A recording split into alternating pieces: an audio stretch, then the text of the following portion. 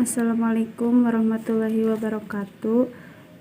Kami dari kelompok 5 akan mempresentasikan mengenai tumbuh kembang anak prenatal. Sebelumnya saya akan memperkenalkan dulu anggota dari kelompok 5. Yang pertama Elmi Siti Nurbaiti, yang kedua saya sendiri Irna Rahmawati Fauzia, yang ketiga Rini Rahmawati, yang keempat Rina Mariani, yang kelima Melianti, yang keenam Mela Komalasari, dan yang terakhir Zakia Hapsari. Selanjutnya kita akan masuk ke materi, yaitu pemaparan mengenai tumbuh kembang anak prenatal. Pertumbuhan dan perkembangan. Pertumbuhan adalah perubahan kuantitatif seseorang yang berhenti secara kematangan fisik pada manusia, berguna untuk menyempurnakan struktur organ dan berkenaan dengan aspek jasmani dan rohani.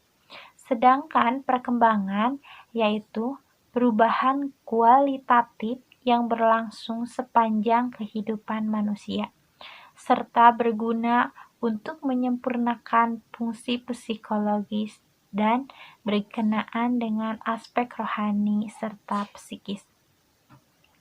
Nah, di sini bisa kita bedakan bahwa pertumbuhan itu sampai mencapai kematangan seseorang, dan pertumbuhan itu juga dilihat pada kuantitatif. Contohnya pertumbuhan pada berat badan, pertumbuhan pada tinggi badan seseorang. Dan pertumbuhan ini juga terlihat di luar diri seseorang, serta pertumbuhan fokus pada kuantitatifnya saja. Sedangkan perkembangan yaitu perubahan kualitatif yang berlangsung pada diri seseorang sepanjang hidupnya sehingga menutup usia. Pertumbuhan itu juga terlihat di dalam individu seseorang, serta pertumbuhan dikaitkan dengan kualitatif dan kuantitatifnya. Masa prenatal ditandai dengan proses pembentukan sistem jaringan struktur organ-organ fisik sebelum lahir, merupakan masa pertumbuhan dan perkembangan manusia yang sangat kompleks karena masa itu merupakan awal terbentuknya organ-organ tubuh dan tersusunnya jaringan saraf yang membentuk sistem yang lengkap. Perkembangan masa prenatal atau prakelahiran dimulai pada masa pembuahan hingga kelahiran sekitar 9 bulan. Selama fase ini, sebuah sel tunggal tumbuh menjadi organisme lengkap dengan sebuah otak dan kemampuan berperilaku. Pada masa prenatal, tentunya janin dalam kandungan calon ibu mengalami pertumbuhan, baik mulai dari proses pembuahannya sampai pada kelahiran. Masa prenatal adalah periode awal perkembangan manusia yang dimulai sejak konsepsi, yaitu ketika ovum wanita dibuahi oleh sperma laki-laki sampai dengan waktu kelahiran seorang individu. Pada periode ini, terjadi perkembangan yang relatif singkat, namun pada periode inilah terjadi perkembangan yang sangat cepat dalam diri individu. Masa prenatal merupakan proses pertumbuhan dan perkembangan awal dalam kehidupan manusia. Para ahli menyebutnya sebagai masa perubahan evolusi janin dalam kandungan. Kondisi janin dalam kandungan sangat rentan terhadap pengaruh lingkungan hidupnya, yakni seberapa jauh ibunya memiliki taraf kesehatan, kebiasaan, dan perilaku yang baik atau tidak. Hal ini penting untuk diperhatikan karena akan berpengaruh pada perkembangan janin dan berpengaruh pula pada tahap-tahap perkembangan emosi dan intelektualnya. Periode prenatal terbagi menjadi 3 fase, yaitu 1. Fase terminal waktu, Fase terminal, yaitu waktu 2 minggu pertama. Yang kedua, fase embrional, yaitu waktu 6-8 minggu berikutnya. Yang ketiga, fase fetal atau mulai minggu ke-8 sampai dilahirkan. Faktor genetik merupakan suatu kondisi di mana leluhur atau pendahulu kita atau dalam garis besar hubungan darah yang sama yang sangat mempengaruhi keadaan generasi penerusnya. Peranan faktor genetik merupakan modal dasar yang mempunyai peran utama dalam mencapai hasil akhir proses tumbuh kembang anak, di antaranya jenis kelamin, ras atau suku bangsa, dan faktor bawaan yang sifatnya patologik atau penyakit bawaan. Yang kedua, faktor lingkungan. Faktor lingkungan merupakan faktor yang cukup penting dalam proses tumbuh kembang si kecil hingga dewasa. Faktor lingkungan dapat mempengaruhi peluang tercapainya potensi diri secara maksimal untuk seseorang. Dan ternyata faktor lingkungan dapat mempengaruhi tumbuh kembang si kecil sejak ia berada di dalam kandungan. Faktor lingkungan merupakan faktor yang sangat menentukan tercapainya atau tidaknya potensi bawaan. Faktor ini disebut juga milieu, merupakan tempat anak tersebut hidup dan berfungsi sebagai penyedia kebutuhan dasar anak. Adapun faktor yang mempengaruhi lingkungan postnatal yaitu lingkungan biologis, ras atau suku bangsa, selanjutnya jenis kelamin, lalu umur, terus gizi, lalu perawatan kesehatan, lalu kepekaan terhadap penyakit dan penyakit kronis. Selain faktor lingkungan prenatal, terdapat juga faktor lingkungan postnatal atau bisa disebut dengan setelah kelahiran.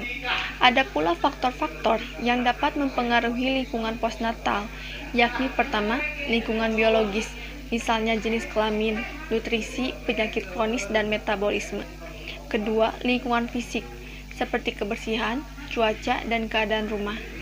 Yang ketiga, lingkungan psikososial, misalnya stimulasi, motivasi belajar, teman, dan stres. Yang terakhir, lingkungan keluarga. Peran orang tua sangat penting, seperti memastikan agar si kecil mendapatkan stimulasi yang cukup, tepat usia, dan berkualitas, agar ia mencapai potensi maksimalnya. Tumbuh kembang yaitu yang ke-1 yaitu masa prenatal, masa mudiga atau embrio, konsepsi sampai dengan 8 minggu. Yang kedua, masa janin 9 minggu sampai dengan lahir. Yang kedua, masa bayi dari 0 sampai dengan 1 tahun. Masa neonatal dari 0 sampai dengan 28 hari. Yang ke-1 neonatal dini 0 sampai dengan 7 hari. Yang kedua, neonatal lanjut 8 sampai dengan 28 hari. Yang ketiga, masa pasca neonatal. 1. Masa prasekolah dari umur 1 tahun sampai dengan 6 tahun. Yang kedua, masa sekolah dari umur 6 tahun sampai dengan 10 tahun. Yang ketiga, masa remaja dari umur 6 tahun sampai dengan 18 tahun atau 20 tahun. Jadi kesimpulannya, manusia mengalami perkembangan sejak sebelum dilahirkan, masih dalam kandungan atau biasa disebut dengan periode prenatal. Dalam periode prenatal terdapat tahapan-tahapan perkembangan, ada juga faktor-faktor yang dapat mempengaruhinya. Demikian pemaparan dari kelompok 5 mengenai tumbuh kembang anak prenatal. Selanjutnya kita akan menjawab beberapa pertanyaan dari teman-teman kelompok lain. Jadi, pada bayi yang baru lahir, badannya menguning atau terjadi kebiru-biruan. Faktor badan bayi menguning diantaranya faktor brilian. Brilian sudah dibawa semenjak lahir bayi di dalam kandungan. Setelah lahir diproses oleh hati, tetapi kandungan brilian, kalau kandungan briliannya normal, maka akan normal pula. Nah, mungkin bayi yang menguning itu diantaranya kurang dijemur. Solusinya bisa dijemur langsung di bawah terik matahari atau diberi sinar cahaya lampu pada badannya saja. Terus faktor apakah yang terjadi pada bayi yang genek istilahnya atau badannya kebiru-biruan? Mungkin itu adalah ada beberapa faktor yang tidak normal, atau mungkin itu ada ada faktor yang berlebihan. Terdapat banyak cara untuk mengatasi stres pada ibu hamil, yaitu ibu harus fokus pada bayi. Yang kedua, istirahat yang cukup. Yang ketiga, utarakan perasaan. Jadi apabila ibu hamil sedang marah, kesal, sedih, itu harus diutarakan, jangan dipendam sendiri. Selanjutnya yaitu lakukan olahraga yang ringan. Selanjutnya ada lagi coba terapi tambahan, misalnya dipijat. Selanjutnya yaitu lakukan hal yang ibu hamil sukai atau melakukan hobi masing-masing pada ibu hamil. Sekian presentasi dari kelompok 5. Terima kasih atas perhatiannya dan mohon maaf bila banyak kesalahan. Assalamualaikum warahmatullahi wabarakatuh.